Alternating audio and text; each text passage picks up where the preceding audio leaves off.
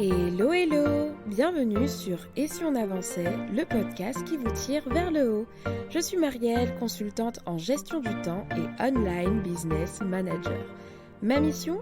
Aider les entrepreneurs débordés à retrouver clarté, efficacité et sérénité dans leur chaos. Dans ce podcast, vous retrouverez des conseils et des réflexions pour vous aider à reprendre le contrôle de votre temps, structurer votre business et atteindre vos objectifs les plus fous. Alors installez-vous bien et bonne écoute! Ravie de vous accueillir pour l'épisode 109 de ce podcast. Aujourd'hui, nous allons parler de la gestion de son énergie au quotidien. Dans Et si on avançait le podcast, on parle beaucoup de gestion du temps.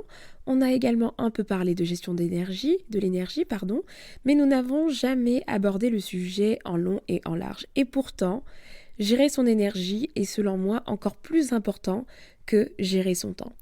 Car je vais vous donner un exemple simple, même si vous avez toute l'organisation du monde, donc une super planification, un planning super bien cadré, tout ça ne sert plus à rien si en face vous n'êtes pas en mesure de mettre l'énergie nécessaire pour passer à l'action. Qu'est-ce qui va se passer si votre planning n'est pas en phase avec votre énergie? Il va se passer de la procrastination et beaucoup de frustration, et le mélange, le cocktail, vous le savez, n'est jamais positif. Donc tout comme le temps est limité, votre énergie est également limitée. Et pourquoi j'avais hâte d'aborder le sujet avec vous, c'est que très souvent, je me rends compte que lorsqu'on parle de gestion d'énergie, c'est un sujet qui est très souvent réduit à l'énergie physique. Alors aujourd'hui, je vous l'annonce, spoiler alerte, l'énergie physique n'est pas le seul type d'énergie que nous avons à manager au quotidien. Elle est très très importante, nous allons le voir, mais ce n'est pas la seule jauge d'énergie que nous avons à gérer, à alimenter. Alors c'est parti, je vous amène à la découverte de 4 plus 1 type d'énergie à manager au quotidien pour être encore plus efficace. Nous allons commencer par la première, qui est donc la plus connue, l'énergie physique. L'énergie physique, c'est simple, c'est la chose qui est la plus connue parce que c'est celle que l'on ressent très facilement quand elle est HS. Donc ça veut dire qu'on va se sentir fatigué, on va commencer à bâiller, parfois on va même ressentir de la douleur physique.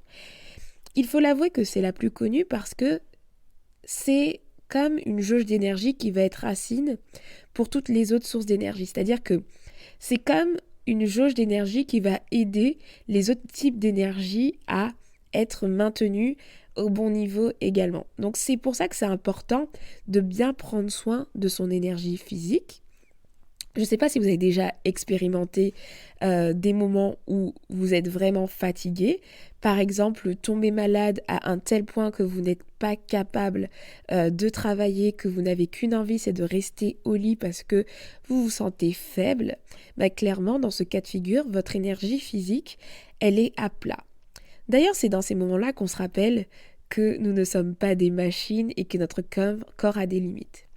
Donc, prendre soin de son énergie physique est un indispensable pour votre efficacité de manière générale, parce que prendre soin de cette énergie physique-là va vous aider à prendre soin des autres types d'énergie que nous allons voir ensemble dans cet épisode. Comment en prendre soin? Il y a plusieurs façons de prendre soin de son énergie physique. Vous les connaissez toutes et tous, mais je vais quand même vous les partager. Le premier levier d'action, il est sur le sommeil en fait. Le sommeil, c'est l'un des premiers leviers pour augmenter sa jauge d'énergie physique lorsque vous vous sentez fatigué. J'en parle dans l'épisode 37 justement, où j'explique qu'il y a 5 choses que l'on néglige parfois, mais qui ont un impact sur notre productivité. Et j'expliquais dans cet épisode que négliger son sommeil pour gagner du temps dans la journée, par exemple, n'a rien de bien et n'a rien d'efficace. Au contraire, prendre soin de son sommeil, c'est de vous assurer en fait d'avoir une jauge d'énergie physique qui va être presque pleine pour pouvoir allouer votre temps de façon efficace. Ensuite, vous avez également le fait de prendre des pauses, on en a parlé plusieurs fois dans la journée, ou alors des pauses entre des grandes périodes de travail, donc les vacances pour récupérer et se déconnecter du travail. Vous avez également les sessions d'activité physique qui vous aident à entretenir cette énergie qui va être physique. Donc le fait de pratiquer une activité physique une activité physique régulière vous permet de remplir votre jauge d'énergie physique. Et beaucoup de personnes en parlent, mais je sais que dans la communauté des solopreneurs, des entrepreneurs en ligne, c'est quelque chose qui n'est pas facile à maintenir. Cette hygiène de vie qui fait que l'on a une activité physique, très souvent on travaille de la maison, et ce n'est pas facile. Mais sachez que l'activité physique va influer sur pas mal de vos jauges, même sur des jauges que l'on va voir tout à l'heure, parce que ça influe sur la qualité de notre sommeil, sur notre humeur, ça nous permet de sécréter des hormones qui vont être positives. En gros, quand on fait du sport, il y a un cocktail hormonal qui se crée qui va être explosif pour nous et qui va nous faire du bien. C'est pour ça que on vous encourage tout le temps à faire une activité physique, et même en termes d'efficacité, ça va jouer parce que du coup, vous allez être beaucoup plus en forme et tomber moins souvent malade, etc. Donc peu importe la forme que cette activité peut prendre, je vous encourage à en trouver une qui vous plaît et que vous allez pratiquer régulièrement avec plaisir. Et si vous souhaitez un peu de motivation et d'inspiration, je vous donne rendez-vous dans l'épisode 100 dans lequel je vous partage un retour d'expérience sur mon challenge de 75 jours où justement je me suis un peu réconciliée avec le sport parce que d'ailleurs je continue. Et le dernier moyen aussi d'entretenir son énergie physique, c'est également au moyen de l'alimentation. Et j'en parle également dans l'épisode 37 dont je vous parlais tout à l'heure. Je ne suis pas une experte en alimentation, mais vous savez et avez sûrement déjà expérimenté l'impact de l'alimentation sur votre niveau d'énergie. Je vais vous parler par exemple de l'abus au café. Moi je sais que les jours où je bois trop de café, souvent ça me fatigue. Ou alors lorsque je vais manger un repas gras le midi, je sais que toute mon énergie sera pompée dans la digestion durant toute l'après-midi et que ça me fatigue. Et donc ça montre directement, si vous avez déjà vécu ce genre de choses, que ce que l'on ingère a un impact sur notre niveau d'énergie physique. Donc je ne vais pas vous donner de conseils là-dessus parce que je ne suis pas experte en alimentation, mais ce que je vous dirai dans cet épisode de podcast, c'est que si vous sentez qu'aujourd'hui vous êtes souvent fatigué et que votre alimentation n'est pas forcément très saine, pourquoi ne pas vous fixer des objectifs à ce niveau-là pour améliorer tout ça ?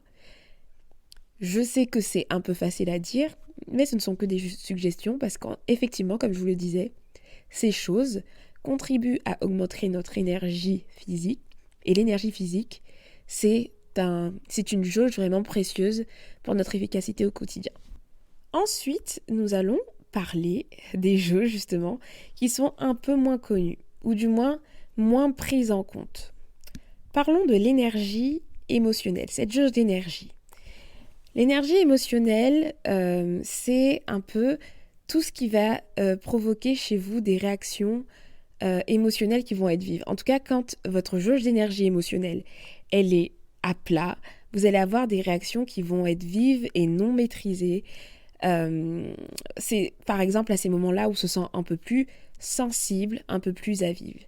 Et le manque d'énergie émotionnelle peut se manifester aussi par une saturation mentale, c'est-à-dire un peu comme la charge mentale ou le phénomène de fatigue décisionnelle dont je vous parle dans l'épisode 85 du podcast. Je mentionne beaucoup d'épisodes, ne vous inquiétez pas, je vais vous mettre dans les notes du podcast ces épisodes que j'ai mentionnés. Et quand on a par exemple cette fatigue décisionnelle, c'est qu'on a pris beaucoup de décisions dans la journée et prendre autant de décisions, ça joue sur notre énergie émotionnelle parce qu'à la fin de la journée, on est un peu à vivre et on est incapable de décider, etc. Donc, cette énergie émotionnelle, elle est très très importante à manager parce que lorsqu'elle est à plat, qu'est-ce qui se produit ? C'est qu'on va commencer à ressentir des émotions qui vont être négatives, comme la frustration. On va commencer à se disputer, on va commencer à avoir un discours interne qui va être négatif. Et donc forcément, l'impact de tout ça aura des finalités qui vont être négatives. Donc, très très important de prendre soin de cette énergie-là pour créer des émotions qui vont être positives, qui vont contribuer à notre bien-être. Donc ici, les solutions sont assez simples, entre guillemets, parce qu'elles vont être très très dépendantes de votre fonctionnement. La première étape, c'est d'identifier quand votre jauge elle est faible et du coup d'apprendre à l'accepter aussi parce que des fois en fait on essaye de masquer cette jauge émotionnelle qui est faible quand on est un peu sensible, etc. Et je pense que l'une des meilleures façons d'apprendre à manager cette jauge émotionnelle, c'est de l'accepter en fait. Accepter des fois que cette jauge en fait, elle soit à plat. Et du coup, en réponse, prendre l'habitude, et vous pouvez le faire dès maintenant, à identifier en fait les activités qui remplissent votre jauge émotionnelle. Et ça va vraiment dépendre des personnes. Parce que tout le monde ne se remplit pas émotionnellement de la même façon. Pour certaines personnes, une séance de sport suffira à les épanouir émotionnellement. Pour certaines personnes, il va falloir qu'ils passent du temps avec quelqu'un qu'ils apprécient, comme leur conjoint, leurs enfants, etc. Pour d'autres, ce sera un temps dans la prière par rapport à leur spiritualité. Pour certains, ce sera un mélange de tout ça. D'autres feront des exercices de respiration. Voilà. En fait, il y a beaucoup de façons de se recharger de façon émotionnelle, puisque ce sont des émotions, et que chaque personne a des émotions différentes et gère ses émotions de façon différente. Donc, ce que je vous encourage à faire, c'est de savoir, posez-vous la question, qu'est-ce qui me recharge de façon émotionnelle, qui me stabilise en fait de façon émotionnelle. Par exemple, quand vous sentez que vous êtes à vif, qu'est-ce qui vous fait du bien? Ça peut être une activité créative, je sais pas, faire du sport, vous défouler. À vous de définir ça. Et du coup, lorsque ça arrive, mettre en place en fait ce type d'activité. Et parfois, vous n'êtes même pas obligé d'attendre d'être à pas émotionnellement. Il vous suffit de planifier de façon anticipée ce type d'activité, les faire le plus possible pour que vous puissiez vous assurer d'avoir un petit stock d'énergie émotionnelle régulièrement. En ce qui concerne la charge mentale, comme je disais, alors pour ça, c'est assez simple. Ce que j'explique dans l'épisode de podcast sur la fatigue décisionnelle, c'est par exemple la mise en place de routines qui pourra vous aider à moins la ressentir. Ensuite, nous avons l'énergie intellectuelle ou aussi appelée mentale. Celle-ci, elle est liée au fait que l'apprentissage, ce soit quelque chose qui soit ancré chez l'être humain. Parce que depuis notre plus tendre enfance, on apprend et on grandit, on évolue à partir de ce que l'on apprend. Et donc, apprendre de nouvelles choses nous donne de l'énergie et de l'élan pour nos objectifs. Et ce n'est pas négligeable en réalité. Et l'énergie intellectuelle, elle a pour but de nous motiver à évoluer et elle va stimuler également notre créativité. Sauf que plus on avance et on s'installe dans la vie active, donc que l'on devienne entrepreneur ou salarié, donc là normalement je m'adresse à un public qui va être beaucoup dans l'entrepreneuriat, plus on commence à s'installer dans notre champ d'activité, et plus on a tendance à ne plus s'intéresser à des nouvelles choses. Donc notamment quand on quitte le cursus scolaire, et cette soif d'apprendre des nouvelles choses pour certaines personnes peut s'essouffler. De plus, avec l'évolution de notre société et tous les divertissements qui nous sont proposés, on peut passer sa vie à consommer du contenu divertissant, car c'est drôle et facile à consommer, ça ne nous fait pas réfléchir, ça ne nous challenge pas. Et le résultat, c'est que notre jauge d'énergie intellectuelle est parfois vide. Pour certaines personnes, pour beaucoup de personnes aujourd'hui, leur jauge d'énergie intellectuelle, c'est qui les pousse à se développer, à se challenger, elle est complètement vide. Du coup, pour ça, c'est assez simple. Pour entretenir cette énergie intellectuelle, qu'est-ce qu'il faut faire? Il faut tout simplement lire, se documenter sur un sujet qui vous intéresse, apprendre une nouvelle discipline, etc. Ne pas hésiter à s'ouvrir au monde pour garder en fait cet aspect de nous, cette énergie qui nous pousse à être dans le développement, prendre soin d'elle au quotidien et voilà, l'ancrer comme une habitude. Pour donner mon exemple, depuis l'année dernière par exemple, j'apprends à dessiner. En fait, c'est le fait d'entretenir sa curiosité et de ne pas se fermer dans un cercle vicieux où la routine est le maître mot et quand il n'y a plus de découverte et aucun challenge intellectuel, cette jauge, elle meurt et finalement, on stagne et on n'a plus cette énergie, cette soif de se développer. Quatrième et avant-dernière énergie, puisque je vais vous parler d'une énergie bonus, c'est l'énergie motivationnelle. L'énergie motivationnelle, comme expliqué, a un impact sur notre niveau de motivation. Cette jauge d'énergie, elle va nous pousser à agir, elle va nous challenger et nous aider à aussi persévérer. Et quand elle est faible, c'est simple, c'est tous les moments où on se dit ah j'ai la flemme, je suis pas motivée, j'ai pas envie, etc. Là c'est quand l'énergie motivationnelle, elle n'est pas au top de sa forme. Alors cette jauge, elle est assez vicieuse et surtout peu fiable, mais elle a quand même son rôle à jouer. C'est pour ça que je vous en parle quand même aujourd'hui. Et pour en prendre soin, je vous proposais 2 choses que j'ai développées à fond dans d'autres podcasts. La première des choses, c'est de comprendre comment fonctionne votre motivation. Et ça, pour celles et ceux qui ont déjà écouté le podcast numéro 95, vous savez de quoi je parle. L'art de s'auto-motiver. Déjà, le fait de comprendre comment fonctionne notre motivation, comprendre qu'il y a des motivations de source extérieure et de la motivation de source intérieure, ça va vous aider à savoir sur quel levier appuyer lorsque vous êtes démotivé. Donc, je vous donne rendez-vous dans l'épisode 95. Et pour aller au-delà de la motivation, puisque c'est une jauge d'énergie qui est assez fluctuante et assez instable, et que si vous vous appuyez sur ça, effectivement, ce ne sera pas facile à gérer au quotidien, pour aller au-delà de ça, je vous invite à écouter l'épisode 60 qui s'appelle « Pourquoi vous ne devriez pas compter sur votre motivation ?» parce que là-dedans, je vous encourage à troquer, ou plutôt non, à transformer votre motivation en une forme beaucoup plus durable de motivation qui va être celle de l'engagement. Donc l'engagement qui implique de la discipline, etc. Donc tout ça, vous allez pouvoir le retrouver dans ces épisodes que je viens de mentionner. Mais l'énergie motivationnelle aussi, il faut savoir l'entretenir. Donc vous allez voir dans l'épisode 95 que je parle du fait de se fixer des objectifs motivants. Tout ça va venir vous aider au quotidien à maintenir votre énergie motivationnelle.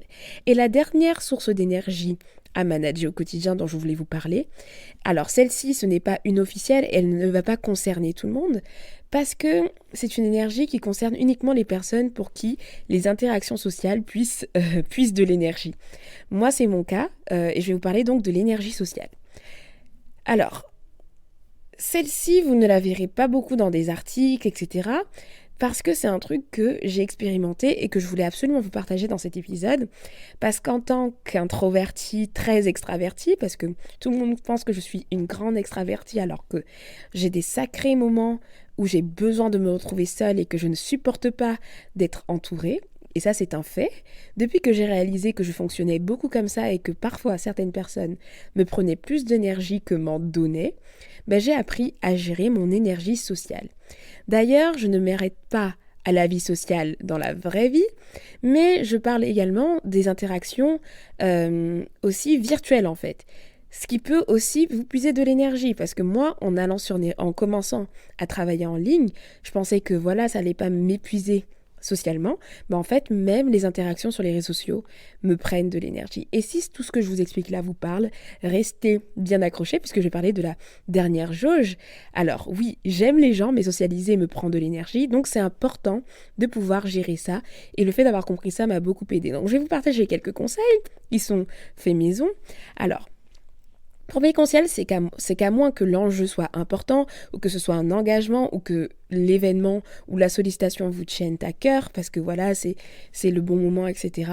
N'ayez pas peur de dire non si votre jauge sociale est saturée en fait. Non pour une sortie, non pour une interview, non pour un énième live.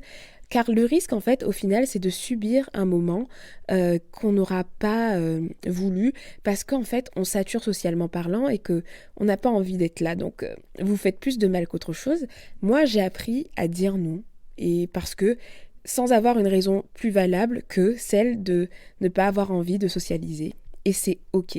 Le fait d'accepter que, voilà, vous ne pouvez pas prendre un rendez-vous tel ou tel jour parce que c'est un moment que vous voulez passer seul, et parce que vous n'avez rien de prévu mais que vous ne voulez pas socialiser, c'est complètement OK. Ensuite, je vous encourage aussi à planifier dans votre agenda des moments solo pour récupérer. Comme ça permet d'être dans la proactivité plutôt que dans le fait de subir. Moi, je sais que comme j'ai un rythme social qui est assez intense, le week-end, j'ai souvent un moment où je m'assure d'être seule, de prendre du temps pour moi et où je ne socialise pas. Par exemple, le week-end, je m'éloigne souvent des réseaux sociaux professionnels car justement, ça me permet de récupérer un peu d'énergie. Bref, le but, en tout cas, c'est d'essayer de trouver votre équilibre entre les moments sociaux et vos moments solo où vous récupérez de l'énergie. C'est pas forcément facile à faire, mais ce que je voulais vous partager, surtout dans cet épisode de podcast, c'est que ça existe en fait, cette jauge d'énergie, elle existe bien et apprendre à la gérer vous aidera énormément au quotidien. Moi, je sais que ça a amélioré la qualité de mes relations et aussi mon rapport à mon agenda a aussi changé. J'ose plus mettre du temps pour moi parce que je sais que ça contribue à mon efficacité. Et voilà pour le type d'énergie bonus que je voulais vous partager. Voilà, nous arrivons à la fin de cet épisode. Donc si je devais résumer, enfin c'est pas vraiment un résumé, mais si je devais appuyer sur 2 choses à retenir par rapport à cet épisode de podcast, c'est que le premier, apprenez à identifier les différents signaux qui montrent que votre jauge d'énergie est faible et laquelle est concernée. Lorsque vous ressentez telles émotions, tels symptômes physiques, quelle énergie va pas bien en fait? Est-ce que c'est l'énergie physique? Est-ce que c'est l'énergie intellectuelle? Est-ce que c'est l'énergie motivationnelle? Ou est-ce que c'est l'énergie sociale comme je vous l'ai dit? Ou est-ce que ça peut être aussi l'énergie émotionnelle? Voilà, quelle énergie est impactée? Et la deuxième chose à retenir de cet épisode de podcast, c'est que ne laissez pas en fait vos jauges d'énergie être à plat et attendre en fait qu'elles soient à plat pour les gérer. Bien au contraire, le but c'est de planifier des actions de façon hebdomadaire qui vont vous permettre de prendre soin de votre énergie, de vos différents types d'énergie, en fait, de vos différentes jauges d'énergie de façon intentionnelle. Et par exemple, ça peut être le fait d'avoir une morning routine qui remplit un peu votre jauge intellectuelle parce que vous allez lire, qui va remplir un peu votre jauge émotionnelle parce que vous allez peut-être prier et faire du sport. Et donc ça fait aussi pour le physique. Et donc par exemple dans une seule morning routine, vous allez emmagasiner de l'énergie pour toute la journée. Ça c'est un exemple de mise en pratique. C'est à vous de voir comment vous prenez soin de votre énergie. Mais en tout cas c'est très très important. Voilà, j'espère que cet épisode vous a plu.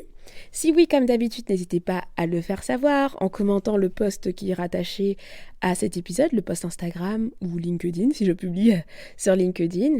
En tout cas, je vous propose aujourd'hui, comme je le fais pas souvent, aussi de vous abonner en fait à ma liste de contacts privés que je suis en train d'entretenir. C'est vraiment là où je pense être très très régulière parce qu'en ce moment je publie un peu moins sur les réseaux sociaux, j'ai réduit également la fréquence des podcasts, mais au niveau de ma newsletter je pense être très active, donc rejoignez la liste de contacts privés si vous voulez avoir quelques informations exclusives, des réflexions, des conseils, des astuces, bref, si vous voulez être en contact avec moi par mail.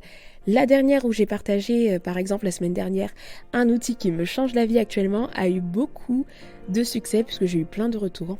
Et si ça vous intéresse de recevoir des choses comme ça en exclusivité, retrouvez-moi via le lien dans les notes du podcast et je serai ravie de vous envoyer mes petits mails hebdomadaires.